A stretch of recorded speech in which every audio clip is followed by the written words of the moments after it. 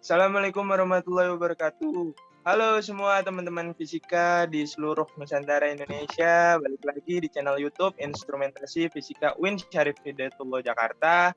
Nah, perkenalkan saya Caesar yang insya Allah di sini saya yang akan memandu jalannya video presentasi dari kelompok yang bersama dengan teman-teman saya sebelumnya telah jalankan praktikum dengan modul yang berjudul penguat transistor single stage. Nah, sebelum kita masuk ke materinya, izinkan saya untuk memperkenalkan rekan-rekan anggota kelompok saya yang nanti juga akan ngebantu dalam pembahasan materi video presentasi ini.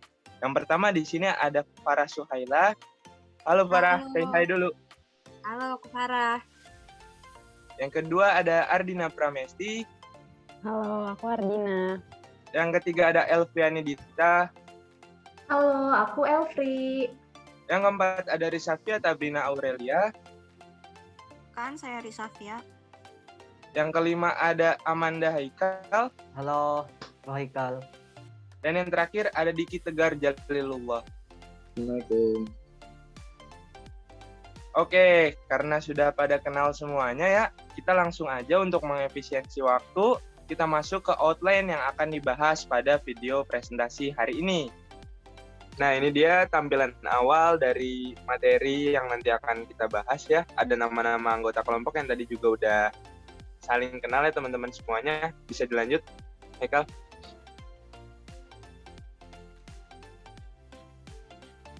Nah, oke. Karena kita ngebahas penguat transistor single stage. Nah, dalam elektronika dasar, kalau kita ngomongin penguat, maka hubungannya nggak akan jauh-jauh dengan namanya amplifier. Dikarenakan amplifier itu sendiri merupakan suatu komponen elektronika yang memang fungsinya adalah sebagai penguat daya output atau pembesar daya output. Nah, kalau kita ngomongin amplifier ini sendiri, itu pasti kita juga akan ngebahas komponen-komponen anak-anakannya juga, seperti kapasitor, ada transistor, kita juga akan ngebahas arus AC, arus DC, sinyal AC, sinyal DC, dan nggak lupa pada hari ini kita juga akan mencoba untuk membahas langkah percobaan dari uji praktikum penguat transistor single stage kemarin, dan yang terakhir akan coba kita melakukan sebuah pengamatan data hasil percobaan dari kelompok kami. Oke, langsung aja kita masuk ke materi yang pertama yang akan dijelaskan oleh kawan saya, Amanda Haikal. Kepada Amanda Haikal, saya persilahkan. Untuk outline yang pertama itu ada amplifier. Amplifier adalah komponen elektronika yang dipakai untuk menguatkan daya atau tenaga secara umum. Dalam penggunaannya, amplifier akan menguatkan signal suara, yaitu menguatkan arus dan tegangan listrik dari inputnya. Sedangkan outputnya akan menjadi arus listrik dengan tegangan yang lebih besar. Amplifier juga disebut gain. Lalu pada amplifier terdapat komponen-komponennya, yaitu ada transistor, ada kapasitor, tegangan DC, dan tegangan AC. Fungsi dari amplifier itu sendiri adalah untuk menghasilkan sinyal output yang lebih besar atau lebih kuat daripada inputnya. Lalu contoh penggunaannya itu ada alat bantu untuk pendengaran dan speaker. Selanjutnya akan dilanjutkan oleh Farah. Nah, selanjutnya ada komponen amplifier, yaitu ada transistor, kapasitor, tegangan DC, dan tegangan AC. Di sini saya akan menjelaskan sedikit tentang transistor dan kapasitor. Nah, transistor ini termasuk salah satu bagian dari komponen elektronika yang dimana transistor ini terbuat dari bahan semikonduktor. Dan transistor ini memiliki 3 kaki, yaitu basis, kolektor, dan emitor. Nah, emitor ini sebagai pengumpul elektron, kolektor sebagai fungsi untuk menyalurkan elektron-elektron tersebut keluar dari transistor, dan basis sebagai mengatur gerakan elektron dari emitornya yang keluar melalui kaki kolektor. Fungsi transistor yaitu sebagai penguat, sebagai sirkuit pemutus dan penyambung, sebagai stabilisasi tegangan, dan bisa sebagai modulasi sinyal. Nah, selanjutnya ada kapasitor. Kapasitor ini adalah sebuah alat yang dimana sebagai tempat menyimpan energi atau muatan listrik di dalam medan listrik, dengan cara mengumpulkan ketidakseimbangan internal dari muatan listriknya. Lalu fungsi dari kapasitor ini salah satunya adalah sebagai tempat menyaring dalam sebuah rangkaian elektroda yang dimana tugasnya memblok sinyal DC dan meneruskan sinyal AC. Dan fungsi lain dari kapasitor ini adalah sebagai tempat untuk menghubungkan dan melepaskan antara rangkaian yang satu dengan rangkaian yang lainnya. sebagai menyimpan arus dan tegangan listrik untuk sementara waktu. Next.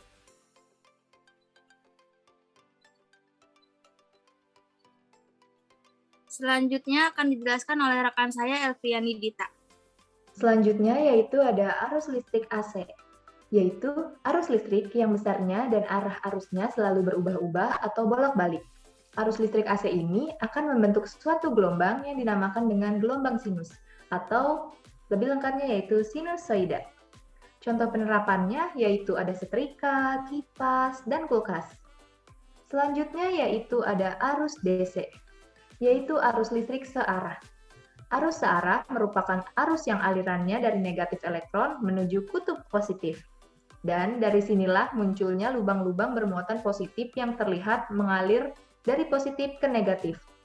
Contoh penerapannya yaitu ada komputer, radio, baterai, dan lampu mobil.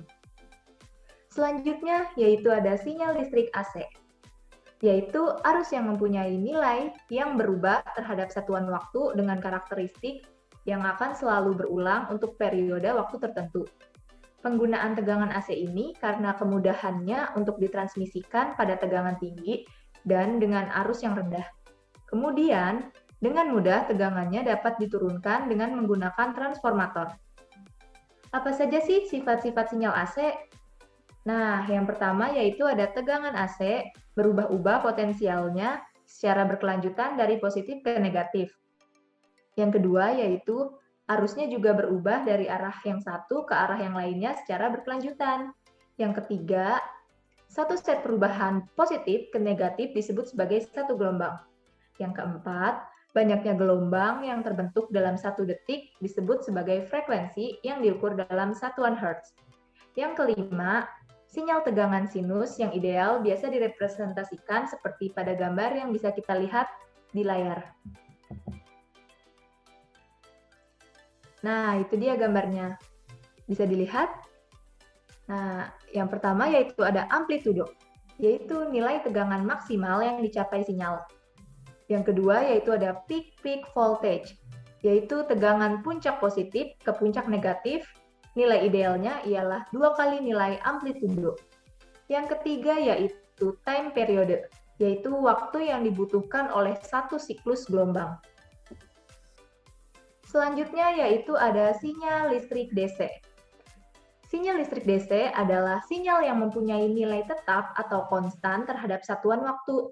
Artinya, dimanapun kita meninjau arus tersebut pada waktu berbeda akan mendapatkan nilai yang sama. Apa saja sih sifat-sifat sinyal DC itu? Nah, yang pertama yaitu ada tegangan DC, nilainya tetap, yaitu selalu positif atau selalu negatif. Namun, nilainya mungkin bisa berkurang atau bertambah. Yang kedua, yaitu arusnya juga searah dengan nilai laju yang bisa berkurang atau bertambah. Yang ketiga, sumber tegangan atau arus DC biasa digunakan untuk menyuplai rangkaian elektronik. Yang keempat, sumber DC yang nilainya konstan paling cocok untuk rangkaian elektronik. Untuk gambarnya bisa dilihat pada layar. Gambar pertama yaitu sumber steady DC. Biasa diperoleh dari baterai, aki, dan power supply yang terregulasi. Yang kedua yaitu smooth DC yang mengandung riak, biasa disebut ripple. Nah, biasanya ini dihasilkan oleh sebuah power supply yang tidak terregulasi. Tegangan atau arus dari sumber smooth DC ini mengandung ripple masih bisa digunakan untuk mensuplai rangkaian elektronik asalkan nilai riaknya tidak terlalu besar. Dan gambar ketiga yaitu varying DC, tidak cocok untuk rangkaian elektronika. Selanjutnya akan saya serahkan kepada rekan saya Diki. Kepada Diki dipersilahkan. Oke, terima kasih untuk Elfri. Di sini saya akan menjelaskan langkah percobaan dari amplifier single stage. Oke, di sini saya akan coret-coret ya. Amplifier single stage. Sebelumnya itu mari kita kenal dulu nih ada apa aja sih di rangkaiannya.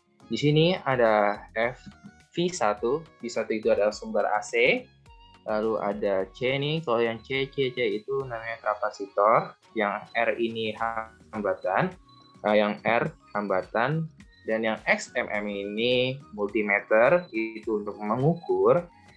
Lalu di sini ada V4. V4 ini adalah sumber DC. Ya. Sumber DC, lalu ini ada yang tanda panah nih, seperti ini nih. Nah, ini di bawah-bawah nih. Itu dinamakan ground. Ground itu menetralkan, baca seperti itu. Lalu di sini ada X SC1 itu adalah oscilloscope. Oke.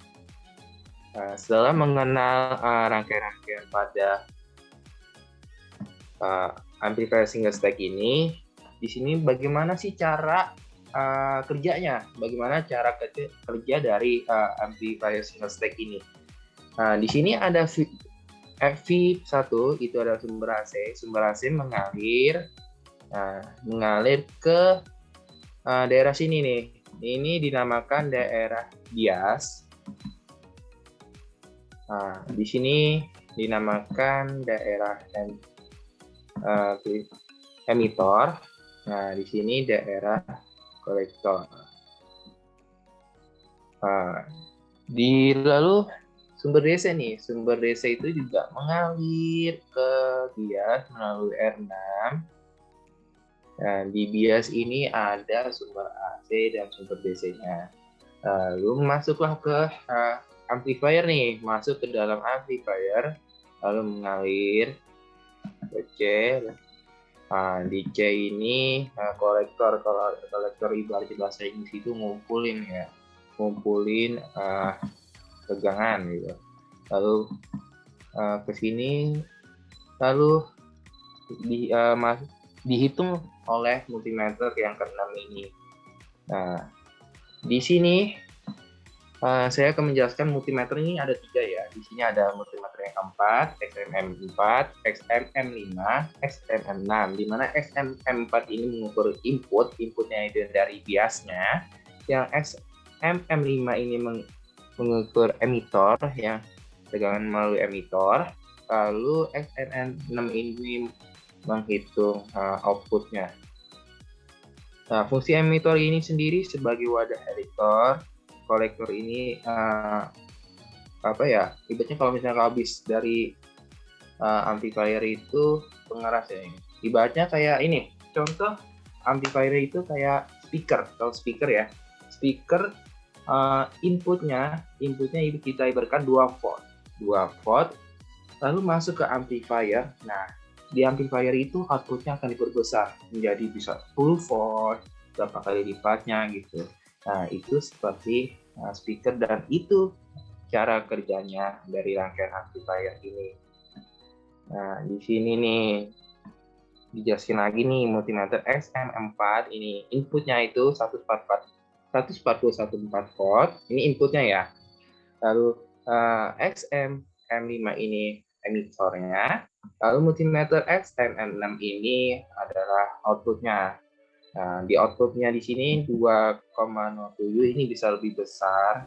Kita mainkan aja nih di sininya nih. Di sini bisa ini karena 20% ya. Nah, outputnya 2,07. Kalau misalnya mau lebih besar lagi, bisa 100%. Wah, itu bisa lebih besar lagi outputnya. Jadi seperti itu. Jadi, intinya dari amplifier single stack ini adalah input yang masuk akan diperbesar oleh amplifier. Seperti alat speaker, seperti itu. Nah, lalu di sampingnya ini ada grafik-grafiknya nih. Ini akan dijelaskan oleh teman saya yang lebih handal dan membaca grafik ini. Untuk Hisafia, dipersilakan. Terima kasih. Terima kasih untuk Diki. Dan di sini saya akan menjelaskan grafik dari osiloskop. Nah, seperti yang kita lihat, yang memerankan osiloskop di sini yakni arus DC. Yaitu yang satu arah. Seperti yang kita lihat, grafik yang berwarna merah itu input dan sedangkan hijau adalah output. Di sini grafik input dan output cenderung sama atau berdempetan. Hal ini dikarenakan seperti yang namanya itu amplifier, yaitu untuk menguatkan tegangan listrik sehingga input dan output grafiknya saling berdepetan. Meskipun demikian, meskipun grafik input dan output itu cenderung sama, output itu lebih besar nilai tegangannya dari input. Karena itulah sifat dari amplifier, yaitu menguatkan tegangan. Saat tegangan di nilai tertentu, maka output akan mengeluarkan tegangan yang lebih besar dari input. Dan selain itu di grafik kita bisa melihat input dan output berbanding terbalik. Misalkan output di atas, input di bawah. Dikarenakan mempunyai fasa 180 derajat. Artinya input itu berbanding terbalik dengan output. Positif dan negatif dari nilai tegangan hanya menunjukkan arah atas ataupun bawah, tidak memengaruhi nilai dari tegangan tersebut. Misalkan di titik times 12,419 mikrosecond, maaf. Dan di channelnya itu ada minus 1,996 volt. Nah, negatif itu hanya menunjukkan arah bawah, arah itu menuju ke bawah. Dan sedangkan positif itu ke bawah seperti di channel B 2,267 volt. Dan di time itu hanya menunjukkan waktu kapan nilai tegangan listrik tersebut muncul. Jadi jika kita mengklik suatu posisi di grafik tersebut, misalkan 12 mikrosecond tadi, akan muncul waktu time dan tegangan volt dari grafik posisi tersebut. Dan data-data dari osiloskop tersebut akan dijelaskan oleh Ardina.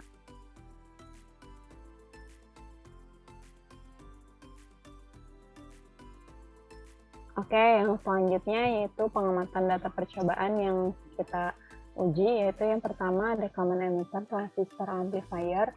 Untuk PB-nya ini atau tegangan basisnya bisa dilihat dari multimeter XMM4 ya.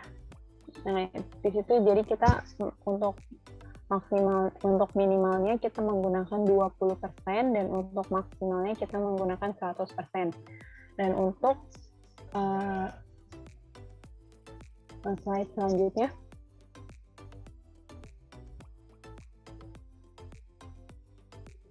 Nah, untuk VC-nya yaitu atau tegangan kolektornya itu bisa dilihat dari multimeter XMM5. Nah, sama kita menggunakan minimalnya 20% dan maksimalnya 100%.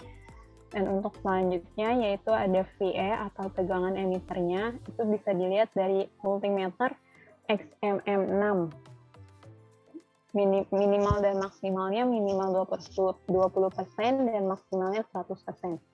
Nah, data percobaan selanjutnya yaitu ada data grafik pada osiloskop.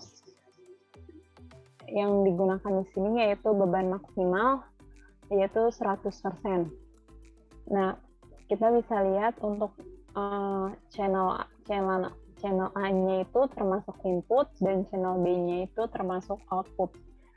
Dan untuk fault time dan tegangan input dan tegangan outputnya ini bisa dilihat dari osiloskopnya langsung.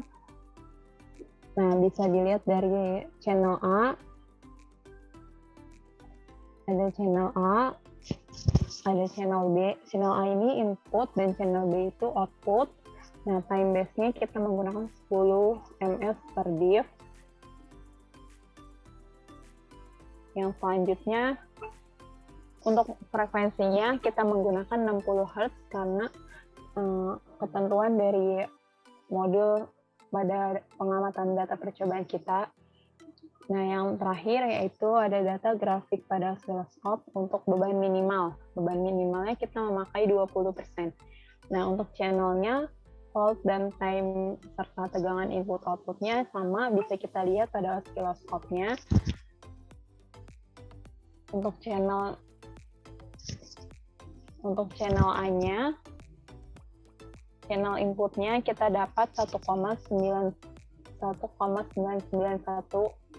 V, dan untuk tegangan outputnya kita dapat 2,269 V. Untuk frekuensinya kita tetap menggunakan 60 Hz. Untuk time dan fault-nya itu bisa dilihat pada osiloskopnya tadi ya. Untuk channelnya juga bisa dilihat pada osiloskop. Mungkin ini data percobaan dari kelompok kami. Lalu selanjutnya saya serahkan ke Cesar. Ya, baik. Terima kasih Ardina. Nah, berikut semua sudah dilampirkan hasil materi presentasi melalui video yang nanti juga akan bisa teman-teman semua lihat di channel Instrumentasi Fisika dari Hidayatullah Jakarta.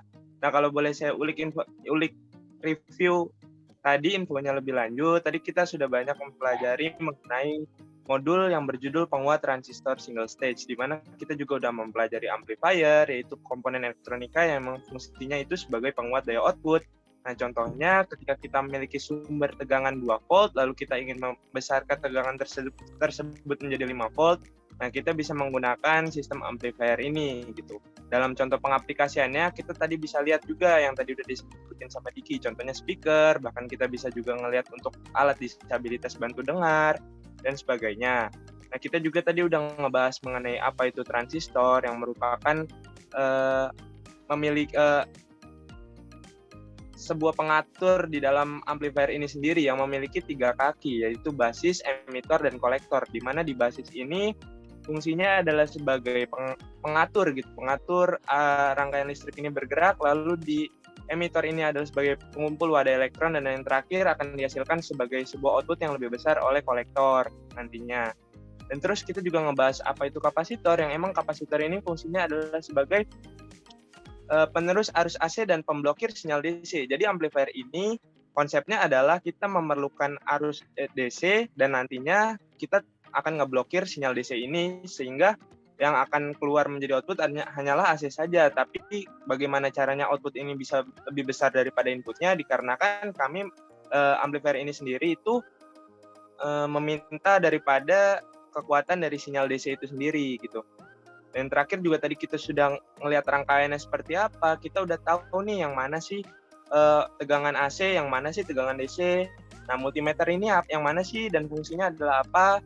Nah, multimeter itu sendiri adalah fungsinya itu sebagai kita dapat melihat sumber tegangannya gitu. Kalau kita ngelihat tegangan emitor di multimeter yang mana, tadi juga udah dijelasin oleh kawan saya Diki. Dan yang terakhir, kita juga udah hasilin data hasil percobaan yang emang tadi rumusannya juga sudah dijelaskan oleh teman saya Ardina. Nah, dari semua itu, semoga teman-teman semuanya yang nonton dapat mengerti apa yang sudah kami sampaikan dan jelaskan. Semoga berguna juga untuk teman-teman. Mohon maaf jika masih banyak kurangnya karena kami juga masih banyak belajar. Nah, terus support channel Instrumentasi Fisika Win Syarif Hidayatullah Jakarta ya teman-teman, biar kami makin semangat lagi untuk ngasih video-video bermanfaat lainnya buat teman-teman fisika di seluruh Indonesia pastinya. Terima kasih. Wassalamualaikum warahmatullahi wabarakatuh.